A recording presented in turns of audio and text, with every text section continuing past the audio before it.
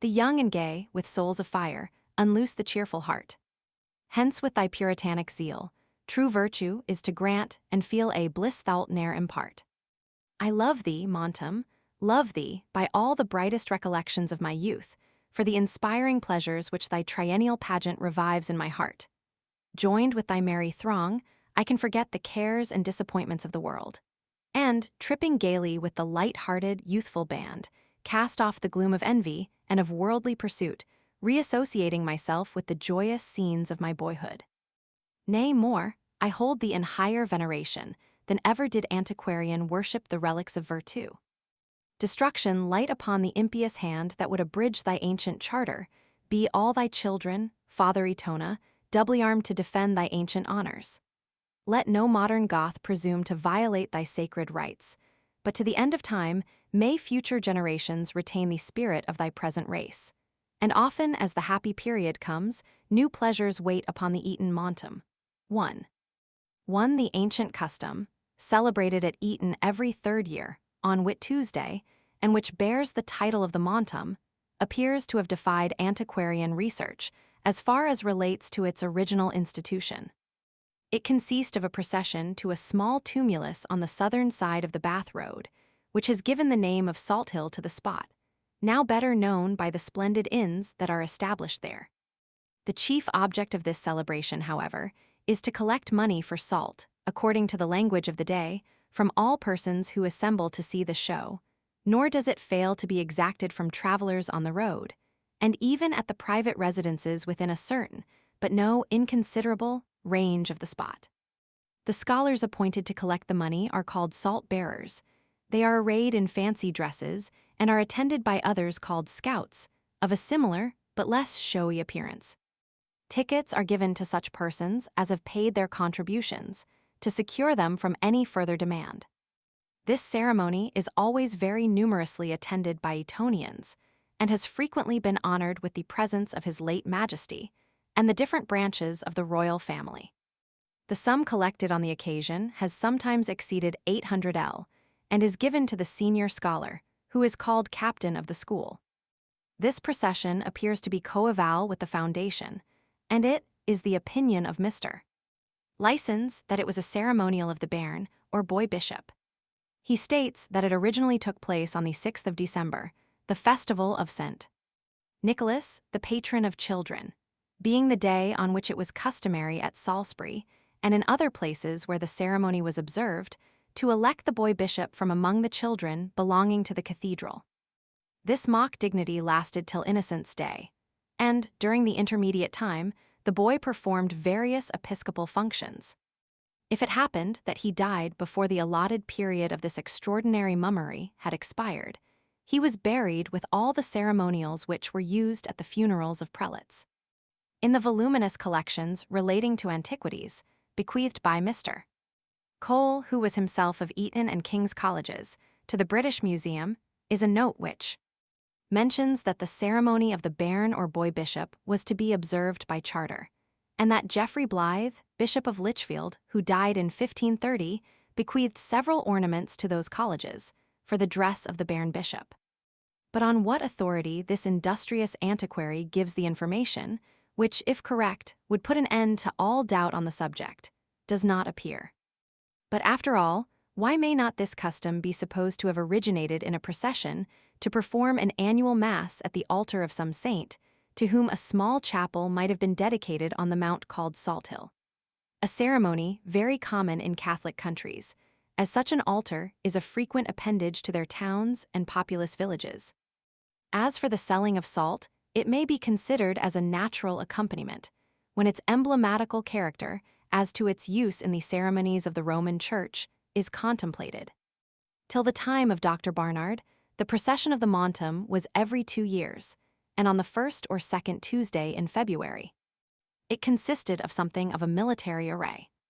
The boys in the remove, fourth, and inferior forms marched in a long file of 2 and 2, with white poles in their hands, while the 6th and 5th form boys walked on their flanks as officers, and habited in all the variety of dress, each of them having a boy of the inferior forms smartly equipped, attending on him as a footman.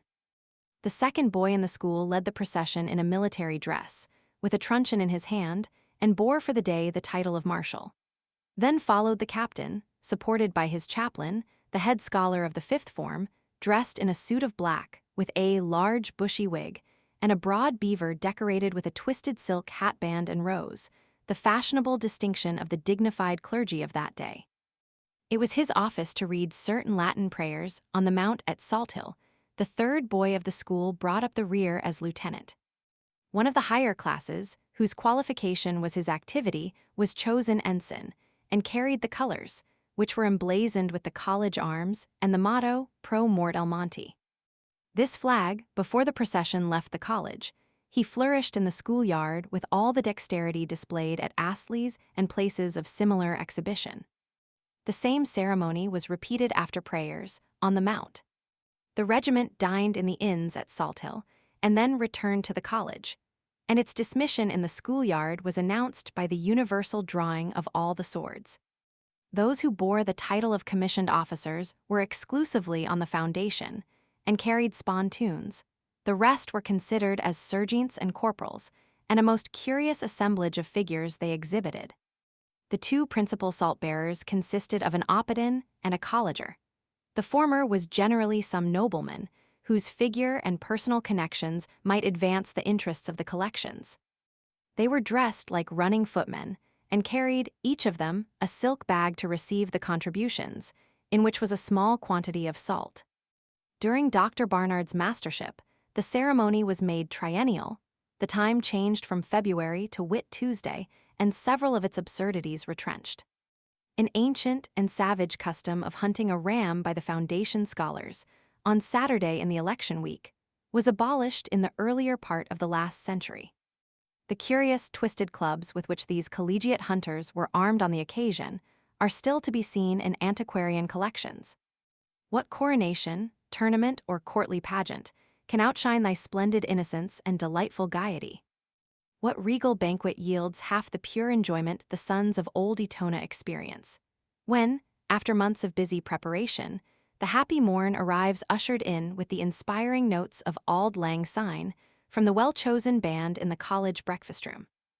Then, too, the crowds of admiring spectators, the angel host of captivating beauties with their starry orbs of light, and luxuriant tresses, curling in playful elegance around a face beaming with divinity, or falling in admired negligence over bosoms of alabastrine whiteness and unspotted purity within. Gray-bearded wisdom and the peerless great, the stars of honor in the field and state, the pulpit and the bar, send forth their brightest ornaments to grace Etona's holiday. Oxford and Cambridge, too, lend their classic aid, and many a grateful son of alma mater returns to acknowledge his obligations to his early tutors and swell the number of the mirthful host. Here may be seen, concentrated in the quadrangle, the costume of every nation, in all the gay variety that fancy can devise: the Persian spangled robe and the embroidered Greek vest, the graceful Spanish and the picturesque Italian, the Roman toga and the tunic, and the rich Old English suit. Pages in red frocks, and marshals in their satin 100 doublets, white wands and splendid turbans, plumes and velvet hats, all hastening with a ready zeal to obey the call of the muster roll. The captain with his retinue retires to pay his court to the provost, while, in the doctor's study, may be seen, gathered around the dignitary, a few of those great names who honor Eton and owe their honor to her classic tutors. 12 o'clock strikes, and the procession is now marshaled in the quadrangle in sight of the privileged circle, princes, dukes, peers, and doctors with their ladies. Here does the ensign first display his skill in public, and the Montem banner is flourished in horizontal revolutions about the head and waist with every grace of elegance and ease which the result of 3 months' practice and no little strength can accomplish. 12 o'clock strikes, and the procession moves forward to the playing fields on its route to Salt Hill. Now look the venerable spires and antique towers of Eton like to some chieftain's baronial castle in the feudal times, and the proud captain represents the hero marching forth at the head of his party-colored vassals. The gallant display of rank and fashion and beauty follow in their splendid equipages by slow progressive movement, like the delightful lingering, inch by inch approach to St. James's Palace on a full court day. The place itself is calculated to impress the mind with sentiments of veneration and of heart-moving reminiscences.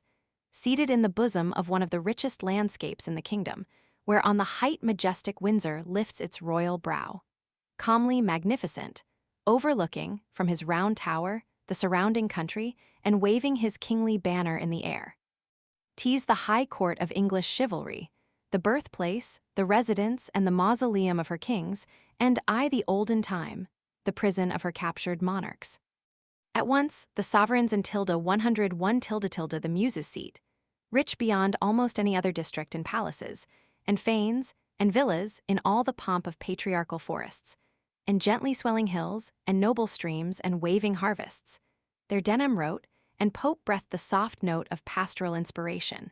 And there too the immortal bard of Avon chose the scene in which to wind the snares of love around his fat-encumbered knight.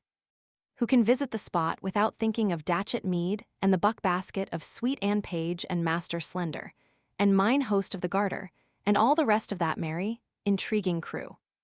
And now, having reached the foot of the mount and old druidical barrow, the flag is again waved amid the cheers of the surrounding thousands who line its sides, and in their carriages environ its ancient base. 2. Now the salt-bearers and the pages bank their collections in one common stock, and the juvenile band partake of the captain's banquet, and drink success to his future prospects in Botham's port. Then, too, old Herbertus Stockhorhe must not be forgotten. I have already introduced him to your notice in p. 59, and my friend Bob Transit has illustrated the sketch with his portrait. Yet here he demands notice in his official character, and perhaps I cannot do better than quote the humorous account given of him by the elegant pen of an old Etonian 3. Who is that buffoon that travesties the travesty? Who is that old cripple alighted from his donkey cart, who dispenses doggerel and grimaces in all the glory of plush and printed calico? That my most noble cynic is a prodigious personage. Shall birthdays and coronations be recorded in immortal odes, and Montem not have its minstrel one? He, sir, is Herbertus Stockhorhe, who first called upon his muse in the good old days of Paul Whitehead. 2C plate of the Montem, sketched on the spot. 3C Knight's Quarterly Magazine, no. Aye. 102, run a race with Pi through all the sublimities of lyres and fires, and is now hobbling to his grave, after having sung 14 Montems, the only existing example of a legitimate laureate. He ascended his heaven of invention before the vulgar arts of reading and writing, which are banishing all poetry from the world, could clip his wings. He was an adventurous soldier in his boyhood, but having addicted himself to matrimony and the Muses, settled as a bricklayer's laborer at Windsor. His meditations on the housetops soon grew into form and substance, and about the year 1780 he aspired, with all the impudence of Shadwell and a little of the pride of Petrarch, to the laurel crown of Eton. From that day he has worn his honors on his Siberian forehead, without a rival. And what is his style of composition? Vastly naive and original, though the character of the age is sometimes impressed upon his productions. For the first 3 odes, ere the school of Pope was extinct, he was a compiler of regular couplets such as, "Ye dames of honor and lords of high renown, who come to visit us at Eton town." During the next 9 years, when the remembrance of Collins and Gray was working a glorious change in the popular mind, he ascended to Pindarics, and closed his lyrics with some such pious invocation as this: "And now we'll sing God Save the King, and send him long to reign, that he may come to have some fun at Montem once again." During the first 12 years of the present century, the influence of the Lake School was visible in his 103 productions. In my great work, I shall give an elaborate dissertation on his imitations of the high priests of that worship, but I must now content myself with a single illustration. There's Ensign Ronald, tall and proud, doth stand upon the hill, and waves the flag to all the crowd, who much admire his skill. And here I sit upon my ass, who lops his shaggy ears, mild thing. He lets the gentry pass, nor heeds the carriages and peals.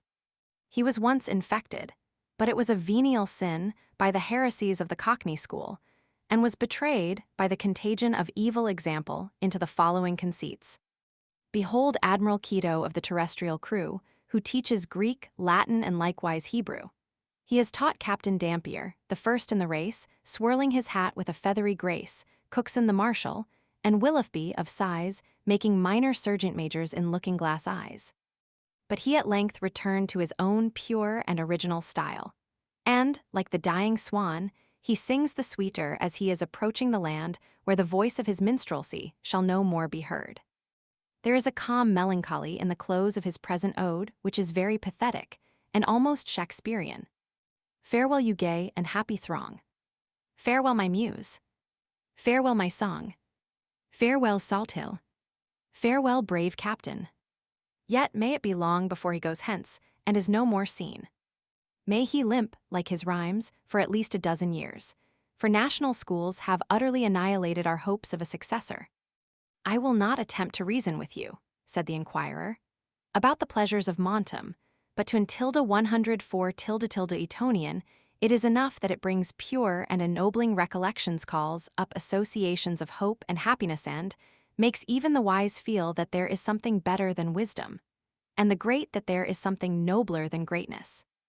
And then the faces that come about us at such a time, with their tales of old friendships or generous rivalries. I have seen today 50 fellows of whom I remember only the nicknames. They are now degenerated into scheming MPs, or clever lawyers, or portly doctors. But at Montera, they leave the plodding world of reality for one day and regain the dignities of sixth-form Etonians. 4. To enumerate all the distinguished persons educated at Eton would be no easy task. Many of the greatest ornaments of our country have laid the foundation of all their literary and scientific wealth within the towers of this venerable edifice. Bishops Fleetwood and Pearson, the learned John Hales, Dr. Stanhope, Sir Robert Walpole, the great Earl Camden, Outred the mathematician, Boyle the philosopher, Waller the poet, the illustrious Earl of Chatham, Lord Lyttelton, Gray the poet, and an endless list of shining characters have owned Eton for their scholastic nursery. Not to mention the various existing literati who have received their education at this celebrated college. The local situation of Eton is romantic and pleasing.